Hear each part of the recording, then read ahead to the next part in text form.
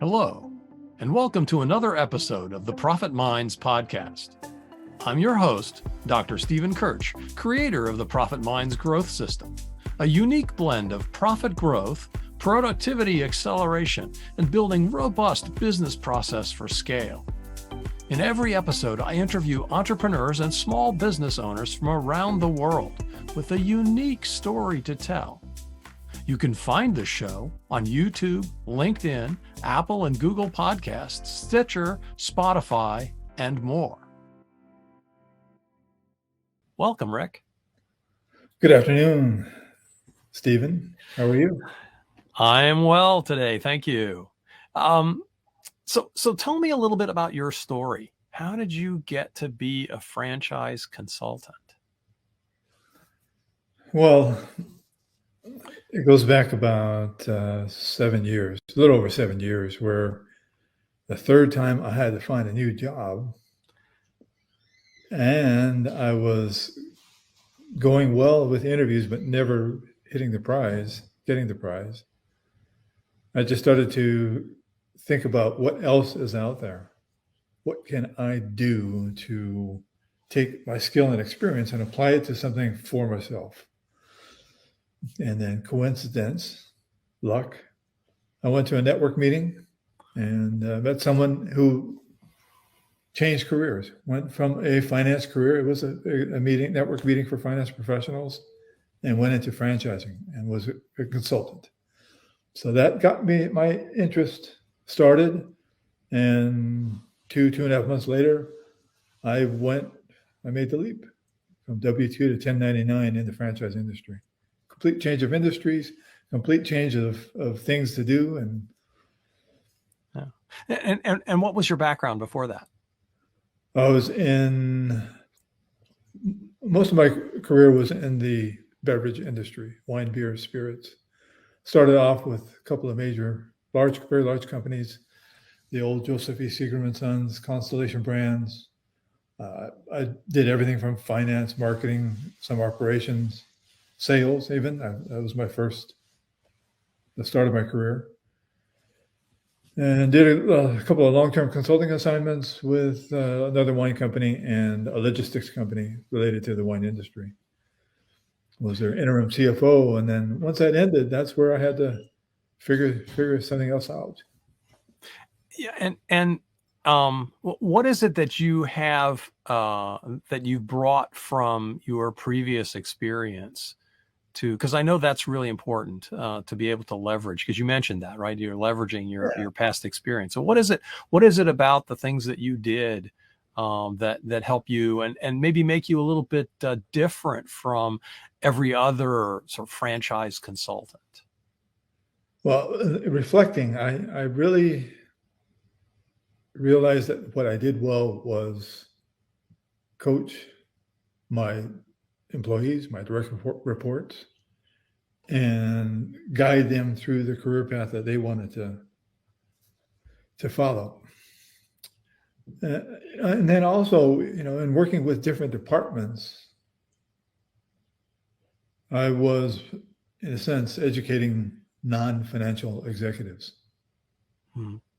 So by using those skill sets and experience, I thought that by helping people figure out something major in their life, like buying a business, would apply. So who is your ideal client? Oh, my ideal client is, they don't have to have a ton of experience. They can be maybe 8 to 10 years out of a corporate life or within corporate, but just have this empire builder mindset and realize that there's something else out there that they can do and they want to explore, and have that motivation to possibly make that change. Now, other clients that I work with who are well capitalized have come to a point that I got to do something different, So those are a couple of sets of ideal clients. So somebody that has some business experience is preferred, I would guess, because they're going to be running their own business. Yeah, yes, the business experience, again, it doesn't have to be extensive, but if they started a project, they started a department or a division, launched a product, started something from infancy to commercialization, those are the types of business experience that fit, in my opinion. That would fit the candidate profile of somebody who's got maybe 8 or 10 years of experience. The seasoned executive who has risen to that C-level, run multiple divisions. They're well honed to do something on their own too. Okay. So, we're in a little bit of an economic uncertainty at the moment. So is now really a good time to start a business? Oh, absolutely, Dr. Kirch. Absolutely. Why? Well, I have helped many people launch during the pandemic, and there are recession, pandemic-resistant types of industries. There are certainly industries that it's a need. It's not discretionary, I guess I would put it. Something breaks, it's got to be fixed. Education continues. That's pets need to be cared for. Things like that. There are many industries that have grown double digits during the last 3 downturns. And, given that, successful businesses launch during tough times. Just think about it. If you can eke out growth during tough times, you're going to take off like a rocket ship during the good times.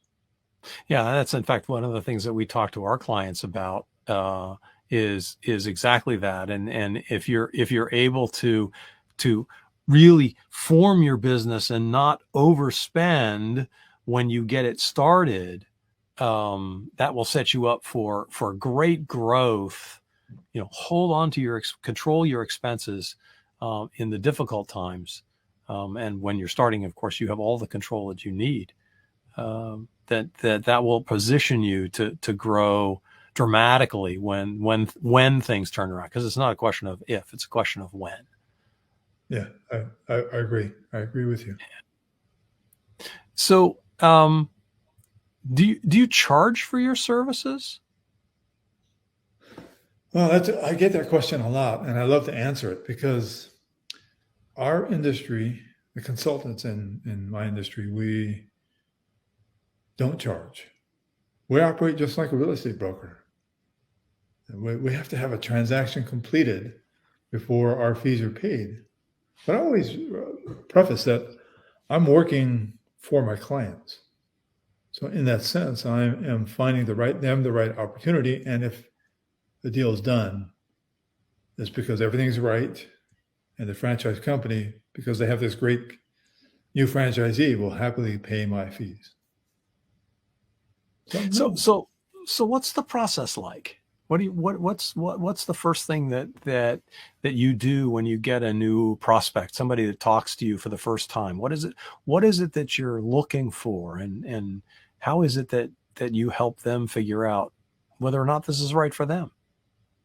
Well, I will express that once we get past the no charge of my consulting services, and then we'll talk about, hey, I got to get to know you. I have to, and I have a couple of things that we got to do to get to know you, to be able to get to that point where I am very comfortable in presenting franchise concepts. So I'll ask them to complete a questionnaire. It's not invasive, 25 minutes maybe of their time, maybe less. Well, once that's completed, then we set up a more in-depth call. I'll call it a consultation. Others may just call it a conversation, but that's what it is. It's a conversation where I am trying to build a business model.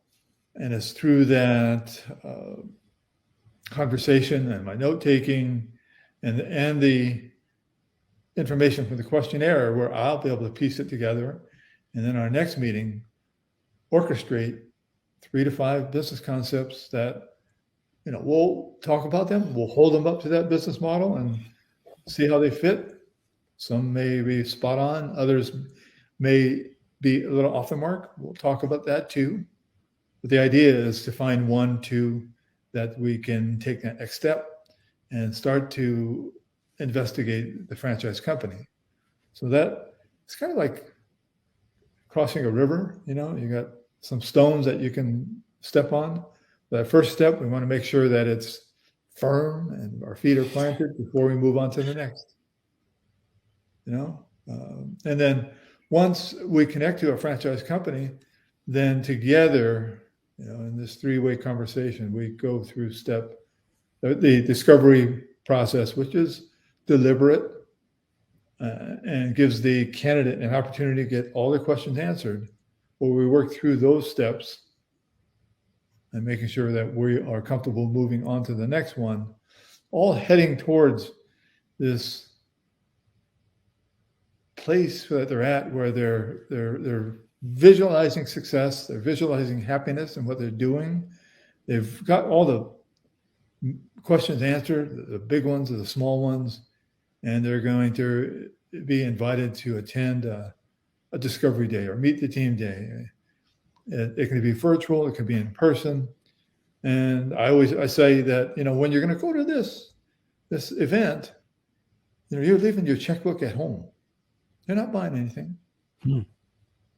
It's like the last date, You want to do something, but you just want to make sure that you can look at them eye to eye and that you're going to be comfortable and you're going to like them and you're going to feel that you're going to be supported for however long you're with this franchise. And they're going to be doing the same. They're going to be evaluating and making sure that you're the right person to build a brand in your territory. So that's kind of how I support my clients and candidates, even at the point of a yes or no decision, and sometimes no is the right move. Yeah. So if somebody buys a franchise, do they have to drop everything else and work on that exclusively? Some they do. But I work with a lot of clients who want to maintain their role, their current job, whether it's for the long term or just an easing out of it, like a exit strategy out of the corporate life. I have many clients that are continuing to work, so they don't have to drop everything, but they do have to devote time to the business. Keep in clear communication with the franchisor that this is being set up as a separate function to what their day job is, and the expectations are clearly laid out. Versus somebody who's going to be an owner operator, as you would call it. But that. I do work with quite a few people who want to do that, and some just are ready for a change too. Yeah, well, I can imagine that somebody who wants to ease into retirement, shall we say, this could be a great opportunity for them. Pick up while you're still collecting your salary, pick up a little, side gig, as it were. How would that work? Well, I mean, it's you have to pick the right business, of course. Yes. Yes. That would be part of the process of identifying that right match. Mm-hmm. Is gathering all the criteria that will allow them to operate the business and also continue to be successful in their job. and then finding those right industries and conveying that to the franchise company that, this is a semi-absentee ownership. Franchise companies will convey that they definitely offer semi-absentee opportunities. And what that really means is that the franchisee who is going to continue to work has got to find that right manager, that general manager that can handle the day-to-day stuff.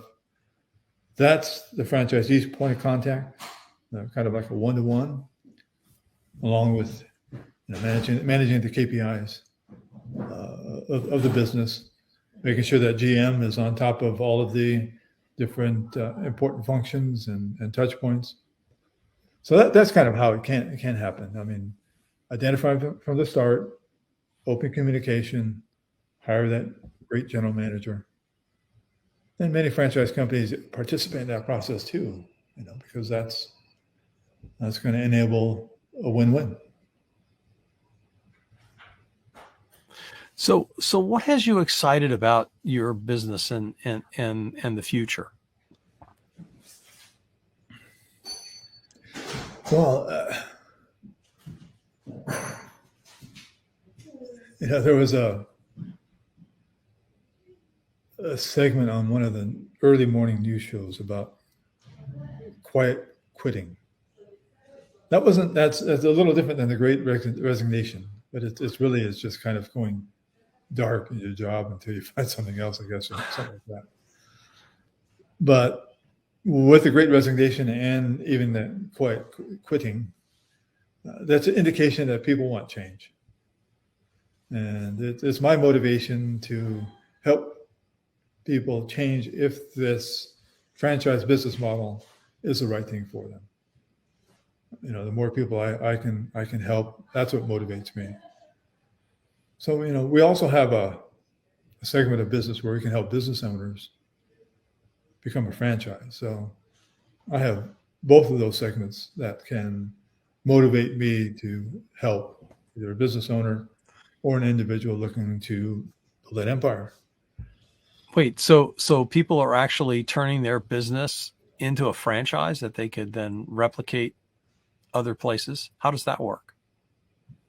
Yeah, it is. I mean, I've been in the industry for 7 years, and I first heard of an organization that does that, all of the legwork needed to get to me selling the franchise 2 years ago.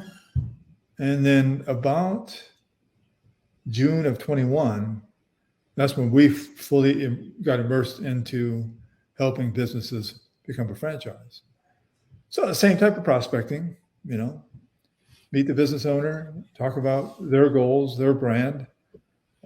Have they considered franchising? If you are going to consider franchising, there are 5 points to think about. And if this interests you, let's set up a second conversation with our sister company or subsidiary that they've got all the resources, the legal resources, the team to develop the operations manual, the legal resources to develop the FDD. And 3 or 4 months down the road, we can start selling franchises in some states. And do you do this just in the U.S.? No. We can work with companies that are located outside of the U.S. And who want to either, there could be a franchise in their home country and they want to expand to the U.S. or vice versa. A franchise that is going to be become an emerging brand that is also looking to expand internationally. The franchise consulting companies are going to participate in a couple of expos, one in Mexico and one in Colombia very soon. Oh, wow. I won't be going to those, but maybe next year. And so back to the individual who wants to have a franchise, to be a business owner. What does it cost to buy a franchise? Oh, that's such a wide range. I mean, franchises can start in our portfolio. They can start as low as $50,000, including the franchise fee, and of course, scale to a much greater dollar amount that one would invest to open the doors, depending on, if it's a full-size restaurant or bar, it's going to be very expensive. But Right. It's the sweet spot's about $250,000, $300,000, including the franchise fee. Financing is available. I work with my clients to get them to understand all of their best options to fund the business, whether it's using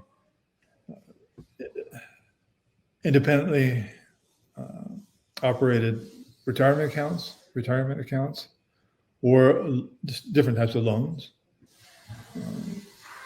We'll even get them connected to the right legal resources to help them understand what they're getting into from a legal standpoint as a franchise owner. So you can use your IRA to do this? You can. It's got to be self-directed. Sure. So if it's going to be with Vanguard, let's say, and you're with a company that you're with your former company, you roll it over to Vanguard. Now you're managing it independently.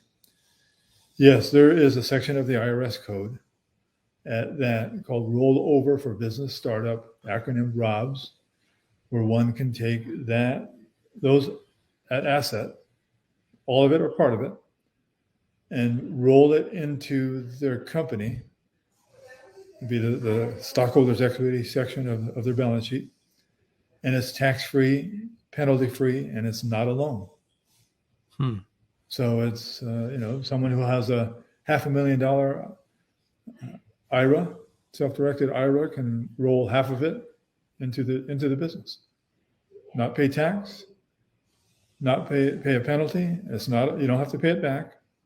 It's to be used for the business. You're establishing a C corporation, and then everything that goes along with that. So, but that's part of the referral I make to the experts, the finance experts.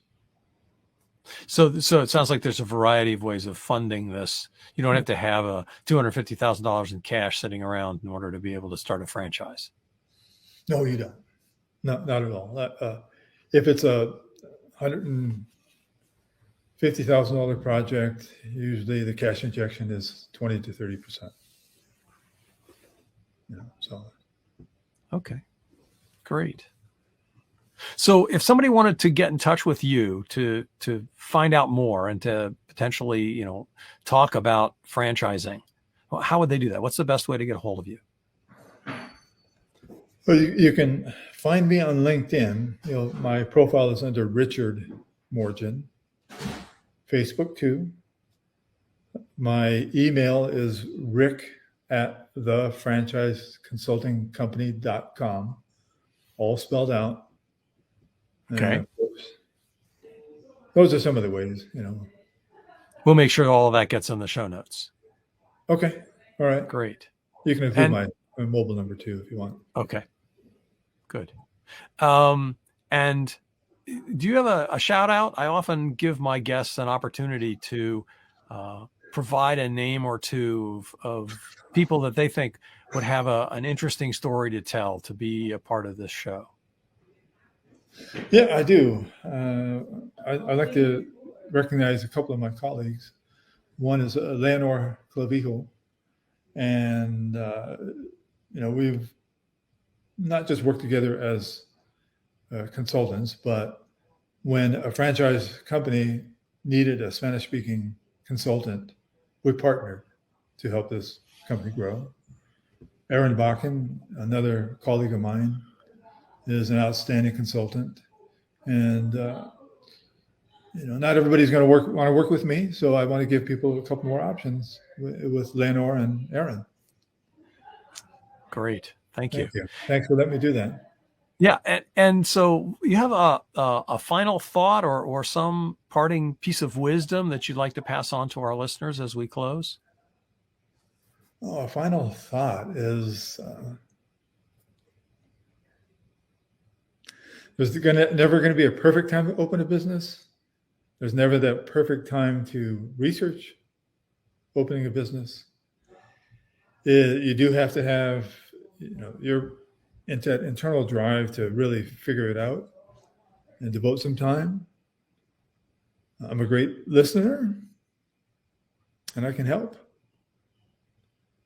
And you never know where entrepreneurship can take you. So I guess that's it. And that concludes our show. Thanks to our guest, Rick Morgin. You've been listening to the Profit Minds podcast. This is your host, Dr. Stephen Kirch. Please visit www.profitminds.net for other episodes or to contact me. Thank you for your positive feedback, comments, questions, and for sharing this show with others. Thanks for listening. Have a grateful day.